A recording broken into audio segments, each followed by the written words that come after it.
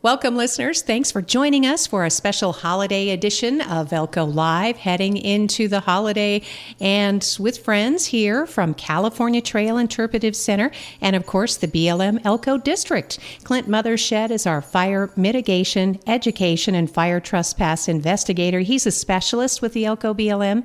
And Cheryl Miller is a park ranger with the California Trail Interpretive Center. So welcome to both of you. It's great. We're sitting down a little early to accommodate holiday plans. So Cheryl, I know you're going to be busy over the holiday weekend, right? Oh my gosh, yeah. We are getting busy out at the center, and we're looking forward to a really busy 4th of July weekend. Thanks for having me, Lori. Absolutely. We appreciate getting caught up. And then Clint, we know you're already busy, right? Oh, yeah. Yeah. Thanks for having me on, Lori. Yep. It's a busy time of year for me. Yep. So we're going to talk about all things good, of course, about getting out and recreating on public lands and your responsibilities. But at the same time, we want to emphasize safety. And we might as well start, Clint, because there are restrictions. Fire restrictions went into effect countywide. Chief Matt Peterson called it, just said, hey, just better be safe than sorry because things are scorching right now. Yeah, it's as people can see when they look out the window of their vehicle or out the window of their house, they can see that there's a decent grass crop this year and it's getting very dry. And these, June was probably 8 to 10 degrees hotter than it normally was on average. So all the fuels are a little bit ahead of schedule. As far as their fuel moisture goes, so that's just going to lead to a longer fire season for us, and it's hard telling. Looking into the crystal ball, what the fall is going to look like. So we're probably anticipating getting some sort of a season-ending event in October. So that gives you kind of the window we're looking at, July through mid to late October. It's going to be a long one. So yep, it's going to be, we're bracing for the worst. We already have out-of-state resources here on standby with us to help bolster our ranks, and we're probably going to be doing that for the foreseeable future. I know Cheryl and I were just talking about it before you got here. We've had some starts, so it's not like it hasn't already begun. We've been able, or I should say firefighters, our rescuers have been able to jump on the majority of them pretty quickly, right? Yeah. We've had really good initial attack success so far. And then having these extra resources in the area will only hopefully keep that trend going. All right. And if we're looking at going into this season, we're comparing it to 2005 and 2007, where we burned millions of acres. Yeah. Those years were very big years for us. That comes from our meteorologists looking at modeling and historical, fuels conditions. And that was pretty crazy. When I was working, we had area command teams. We had things we haven't seen in this area since, and so I'm hoping we're not going to see that. That was, I would say, 2005 through 2007 were more like the worst case scenario years. It seemed those years we had even more grass as far as grass height and loading. So it's still, that's the year that they're trying to compare it to. Talking with Clint Mothershed from Elko BLM District about fire season. This is the big weekend, if not over Memorial Day. Certainly 4th of July holiday is one where a lot of folks like to get outdoors. So we have some reminders. Yes, we absolutely do. It's a busy one for reminders. The public just needs to be aware that we are now in fire restrictions, not just the BLM, but we're talking the Forest Service, Elko County Fire, the state parks, which... And we actually, Elko District BLM is also the northern third of Lander and Eureka counties, and those two counties have gotten on board with us as well. So everybody sees the condition of the fuels out there. They know that there's cause for concern. So we're going to play it safe. And as far as fire restrictions go, I have so much. The one thing I could just recommend to the public is to go to nevadafireinfo.org. And you can find all these documents. You can look it up, and there's an interactive map on there. You would just go to nevadafireinfo.org, go to fire restrictions, and when you click on that tab, you scroll to the bottom, there's an interactive map you can click on, and that will take you to a page that would give you all the Elko specific, I think it's called Elko Zone, and it'll give you all the agency restrictions that are in effect right now.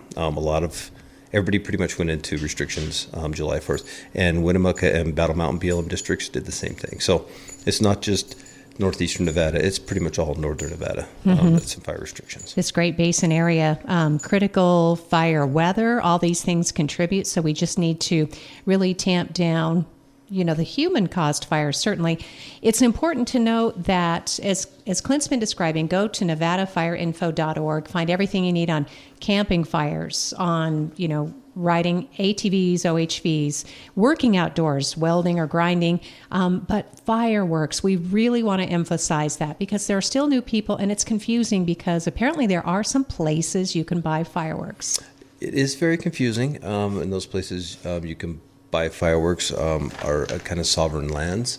But as far as using those on public or private land throughout the rest of the state, that is illegal. I know it. Fireworks are fun. I've messed with them around before, and we get it. This definitely is not the year you want to be doing that. So, for example, the folks in Spring Creek, I know everybody likes to have their own little driveway fireworks show. You need to be aware that the potential is very high for you to. Nobody means to do it. No one means to start a fire, but the potential definitely is pretty high for something unfortunate to happen out there. So we just want everybody to know to go to the established shows. Go to the Elko show. Go to the Spring Creek show. I think Carlin's having its own show. Wells probably is. Like Jackpot, Wendover. There's shows all over. Just go to those. Save those fireworks for a rainy day another time. Yeah, I like that, a rainy day.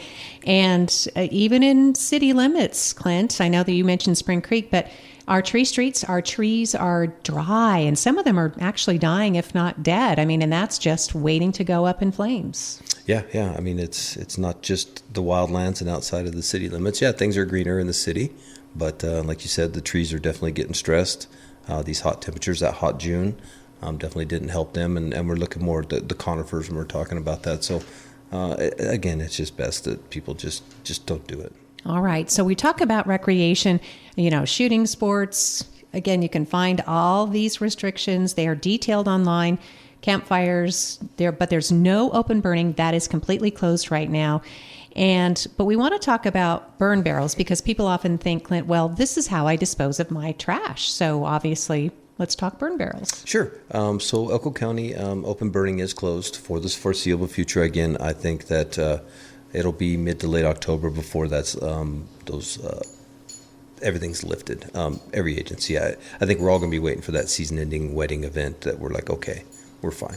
Everything, the high elevation, the low elevations, everything's covered. But for Elko County, there are certain areas that burn barrels are still allowed. Those are in unincorporated areas. So you can go to their website to learn more about what those areas are. But I think it's pretty important because we spend a lot of taxpayer money responding to fires for people that don't adhere to the regulations and standards that the county has set forth. So you can actually find these regulations and standards also on nevadafireinfo.org under the fire restrictions tab under Elko Zone. They're uploaded there. But basically, no barrel exceeding 55 gallons in capacity. They got to be in good condition. The spark register screen is required, and it's got to be metal mesh, no smaller than 14 gauge wire. When I looked up the specs on that, you're talking the spacing in between the wires is about a half inch to a quarter inch. So none of those big giant, those big 2-inch gap wire mesh screens. They need to be pretty small to catch all the embers and everything because it's dry out there and it's only going to get drier. All right. So again, these aren't just tips for your convenience. In many cases, these are ordinances. I think, Clint, you were probably among those of us who sat in the stands at the fairgrounds one year and watched a lot of the Elko foothills burn above Last Chance Road, and I believe that was started by a burn barrel. That there was a fire out there, it was a burn barrel, but the fire, I think it was 2019, was Silver State Fire, and that was actually caused by individuals driving off-road, and they got their vehicle high-centered in their exhaust as they tried to get unstuck. The vehicle caught on fire due to all the grass underneath, and the vehicle was just a loss. It wasn't. Yeah, there was not much plastic left on that thing when it was done. But going back to the burn barrels a little bit, that when people do, there are some regulations in effect as far as when you can use those. And so if the winds are over 10 miles an hour, that's a no-go. It doesn't matter how small your wire mesh screen is on there. So, and they must be placed on a stable, non-combustible surface, and it's got to have a 25-foot radius around the barrel. It must be cleared of all combustible material. So that just points out to the threat. You're talking, that's quite a big area to have a burn barrel. So, and they only want you to, burn natural vegetation So they don't want you to be burning your household garbage out there, just natural materials. Everything else needs to go to the dump. So Okay. and then they want to make sure that if you're going to do this, that you have some stuff there in case a fire does start, like a shovel, a rake, fire extinguisher, a charged hose. What that means is your hose isn't just sitting out there, but you actually have water flowing through it, or you have a nozzle on the end and it's charged with pressure, so you can run over and use it immediately. Because these fires, if you did unfortunately start one, will take off on you really fast. And we're not talking, I mean, just cheatgrass. It'll just rip through that. And then depending on which way the wind's blowing, it'll go to neighboring property. So, it can take out anything in its path. So Elko County still wants you to get a burn permit, though, for a burn barrel. I wanted to make sure we're clear on that, too. Yes. So they do have how things are established. They need to let people know that I think that they're burning. So they would call in. You can go to their website and you can get all this information. But you essentially call in with your phone number, and then they know where your phone number, what the address is tied to that account, if you will. And from there, they know that if they see smoke in the sky, because once we start getting big fires out there, people are going to see just a little column of smoke in, like, say, Spring Creek, and everybody and their dog's going to be calling that in. So what that does is it allows for the dispatch center to kind of run interference on that, where we're not sending our firefighters, who are already probably pretty exhausted, to a nothing burger, a fire that was just someone burning their debris, their yard debris. So do what you can again. Well, what you must. Elko County Fire. Go to the website. Apply for the burn permit, or at least get in touch. Let them know what you're planning. As you said, you may already be on file, but it's going to be pretty much day by day. There's some days you're not going to be able to burn either. That people should just accept that. Yeah, I mean, there's some thresholds that we use for shooting related fires, and essentially the science behind that is if it's over 92 degrees, the RHs are in single digits, definitely lower than 7, and if you have a wind over 7 miles an hour, they just recommend you don't go shoot, because the science does show that in those conditions, you can get a fire to start kindling. It'll and what they've noticed in Carson City, who gets a lot of these types of fires, is that individuals will be shooting an area and they'll be done. They'll pack up their stuff and they'll leave, and they'll get a mile away and they turn around and they see a column. And then as the fire resources roll in, they tend to hang around, and they said, yeah, we were just there. And so what they've realized, these fires will smolder for a little bit, and it just takes a little bit, and then they take off. Clint Mothershed he's our guest today from Elko BLM District. He's a fire mitigation, education, and fire trespass investigator. And you'll get to see Clint out and about at several different summers, just jam-packed if you're not out in the field, obviously, but you get to educate people. Oh, yeah. We've got, obviously, there's 4th of July events everywhere. We've got the Bass Festival in town this weekend, so that's a big deal. You'll see multiple interagency suppression vehicles, as long as they're not on a fire. And I think pretty much every parade in Nevada, or in Elko County, and I would say throughout Nevada, we really try to participate and get our image out there to the public. And then in Wells, they're going to have the Wells Fun Run Car Show, so I wouldn't be surprised if Smokey doesn't make an appearance there for a little bit for photo ops and that kind of stuff. And then this is a big one to me anyway. It's the local 2423 Elko Firefighters Association 4-person golf scramble, July 27th at Ruby View Golf Course. You can call 777-7354 to get more information on that, to register.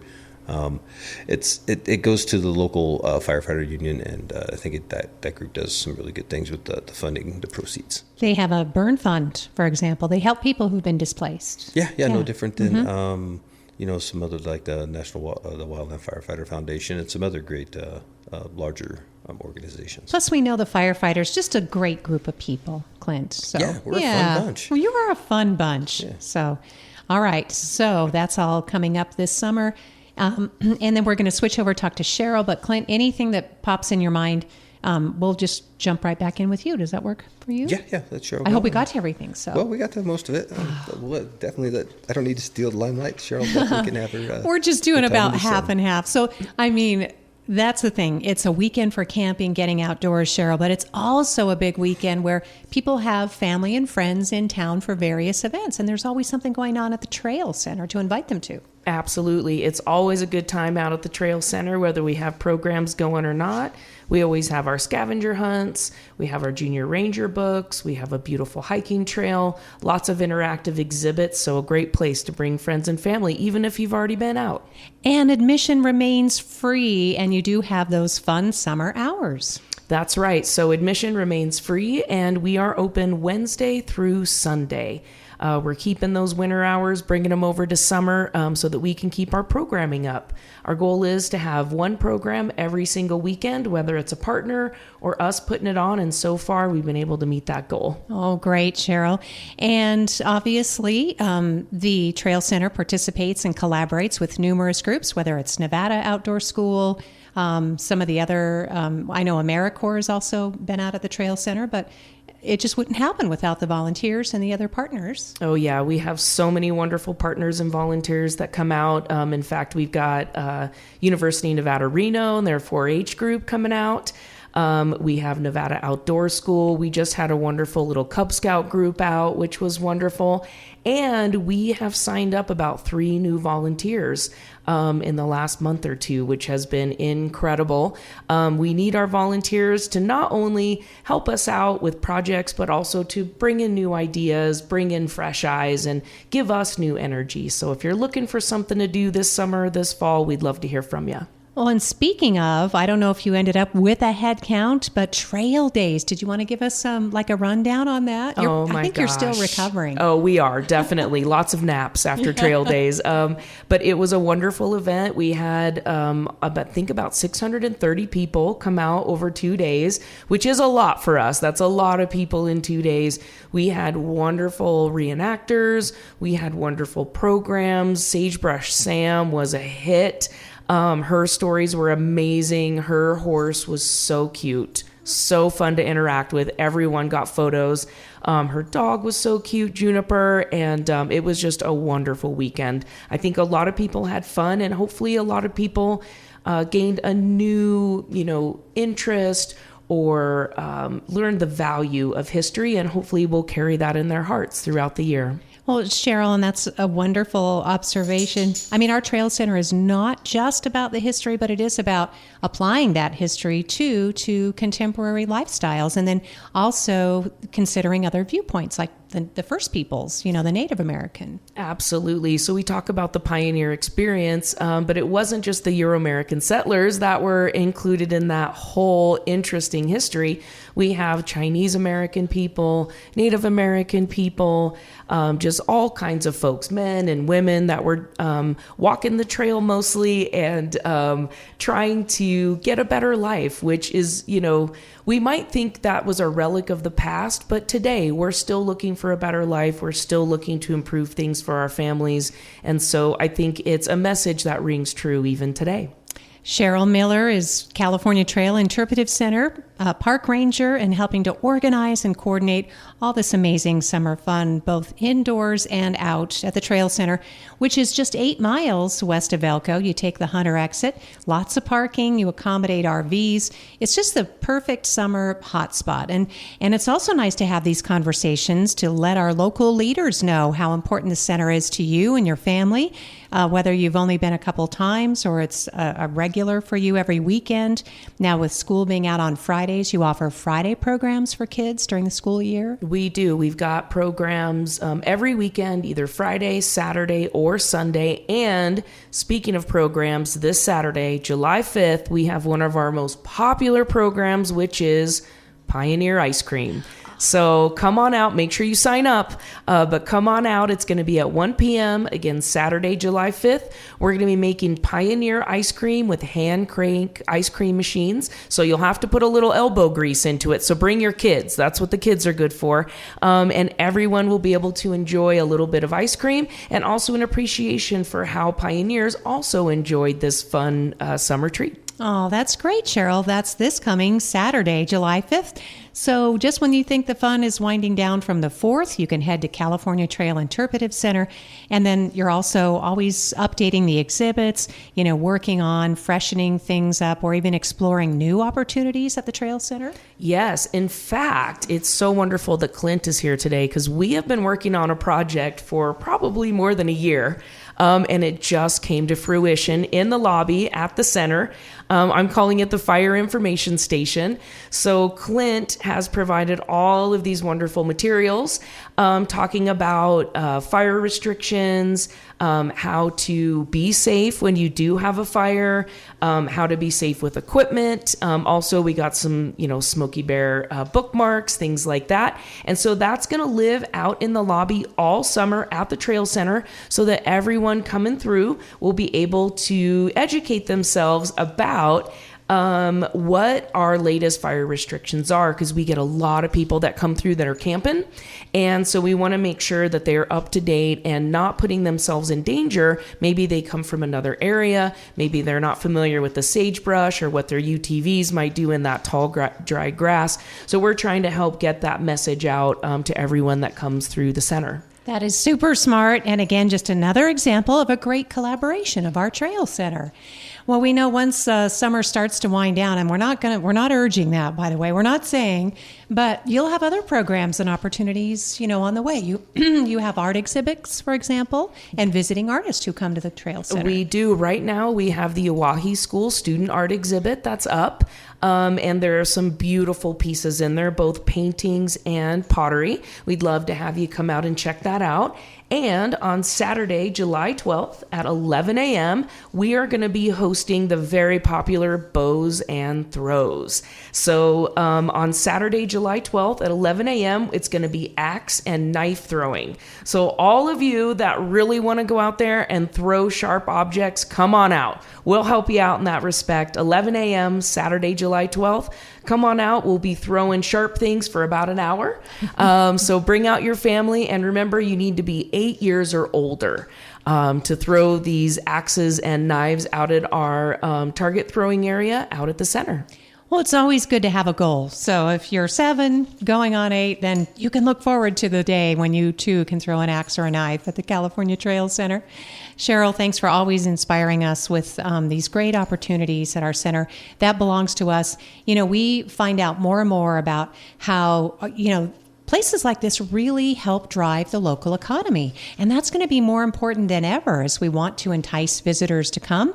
Not only people that live here in Elko who may take the center for granted just because it's there and it's free, their kids talk about it, but also to promote it to people who come from all across the state and even all across the world. Absolutely. We are doing an informal poll right now, and you are exactly right. We get people from all over the world. Every country you can think of, every state in the United States, they come through. And I don't want to toot my own horn here, but they really appreciate the center. The comments that we get are wonderful. The people that come in are wonderful. And it's just an incredible opportunity to see what the American people have to offer and what they're doing and what they're up to and what their thoughts are. So that's one of my favorite things, is just interacting with the visitors as they come through. And what's also inspiring about California Trail Interpretive Center is that you may think you know, or at least understand the history, the immigrants, well, they're migrants, it's within the states, so you have to refer to them correctly, but they were traveling from one part of the country to another part completely unknown to them. We didn't have the technology, nothing like what we have today, so they were literally going someplace they'd never seen before, and it was hard for people to even describe in the letters or the newspaper accounts what they might experience. Absolutely. The bravery of these folks that were trying to find a better life, just like people are doing today, was incredible. And I think that's one of the things that I really appreciate about the museum, is that there's always something new to learn. There's always a new perspective, a new fact, something that has been overlooked that maybe you hadn't discovered before. And so there's always something new to learn, and there's always something new to make. So on Sunday, July 20th, we're going to have our monthly sewing program with Brenda, our wonderful volunteer seamstress. And I don't know, Lori, did you know that the Capitol Christmas tree is coming out of Nevada this year? I did know about that. And so that's why we have to supply ornaments too. Exactly. So Brenda's going to be hosting Christmas in July on Sunday, July 20th at 1 p.m. come on out to the center, and we're going to be making the cutest Nevada-shaped ornaments. So we're using recycled fabric. We're going to be making them in different sizes, and then you'll be able to apply a button exactly where Elko is, or a little heart, or whatever your heart desires. And we've got some really cool designs. They're really cute, and you can make one to leave with the Forest Service that will go on the Capitol Christmas tree in Washington, D.C., and you can take one home with you to hang on your own Christmas tree, or maybe your refrigerator, or wherever you need some Elko love. So come on out Sunday, July 20th. And we're going to be making some really beautiful Nevada-shaped ornaments. They're super easy, super cute, and Brenda is the best teacher. She'll be leading this on the hand treadle machine from 1903. That was donated by one of our wonderful community members. So that will be a great program. It's all free. It's great for all ages. Come on out, make your own ornament, and also leave one to go on the Capitol Christmas tree this December. What a fun family project, and just an example of the many, many opportunities that are ongoing year-round at our very own California Trail Interpretive Center. I want to make sure, Cheryl, that we're getting to everything that's on your list with a few minutes that we have left in today's program. So we've got one more program at the end of the month, Saturday, July 26th at 11 a.m. We want to do it while it's nice and cool because this is an outdoor program. We're going to be leading some gold panning. So this is another popular program. If you want to come out, make sure you make it early. Bring out the kids, bring out grandma and grandpa. This one is truly great for all ages, and you will not go home empty-handed. There will be some type of treasures in the panning gold that we give you, and you will have a good time. And hopefully you'll learn a little bit about geology, about where it is okay to go out and pan for gold, maybe places that it's not okay on public lands. So come on out and bring the whole family. Saturday, July 26th at 11 a.m. That's at our California Trail Interpretive Center. Again, just 8 miles from Elko. Free admission, open Wednesday through Sunday. And you will find things to do both indoors and out. Some great little easy hikes, little trails around the center that give you perfect views of what the pioneers may have experienced. And that's juxtaposed with our current, mode of transportation. It's so hard to imagine them walking the distance that they walked. Especially at the heat today. Oh my gosh. Oh my gosh. It's so hard to think about grandma, grandpa walking, toddlers, small children, and a lot of times without shoes. Yes. And so we think about, our life is pretty hard today, but when you think about the settlers and the pioneers walking 2,000 miles in this type of heat, it really gives you some grounding and makes you feel grateful for what we have here today. And one more thing, if I can mention it, Lori, is that we have a wonderful brand new exhibit enhancement, and that is in the Great Basin Room. We have a mural of the Stewart Indian School class of 1901. They are the very first graduating class of the Stewart Indian School, and we have now an enhancement to that exhibit that lists all of their names. And we have booklets that has a biography of every single student that's in that mural. And you can look at it while you're in the museum, and you can also take one home with you. So if you're really interested in that type of history and the Native American experience, come on out. It's brand new. We'll be open tomorrow, Wednesday at 8:30 a.m. I'd love to talk to you about the enhancement and send you home with a book of biographies. Well, congratulations, Cheryl, because I know that was a project of yours right when you came into the center. You were one of the first people to notice and said, hey, this is a fantastic mural, but who are these people? What's their story? And we were lucky enough to find out that the Stewart Indian School had all of their stories. And so it was just a matter of working with them, putting together some booklets and putting it out for everyone to see. So we're really excited to share that with everyone and hope you come on out and ask for a biography. Thanks, Cheryl. Cheryl Miller is California Trail Interpretive Center Park Ranger, our guest alongside Clint Mothershed, our Fire Mitigation, Education, and Trespass Investigation Specialist from Elko BLM District. Clint, did anything pop into your head before we sign off today? Yes, of course. So I just want the public to know about the fire restrictions. Again, go to nevadafireinfo.org to learn more about what's specifically going on. The state parks, it's going to be a day-to-day basis. They'll say yay or nay. The best thing to do if you're going to be camping anywhere in Elko County, is to just bring the pressurized fuel. Don't plan on cooking on a campfire. Anything that has pressurized fuel, be it a Blackstone, whatever it is, that's probably the way you're going to want to go, just to be safe.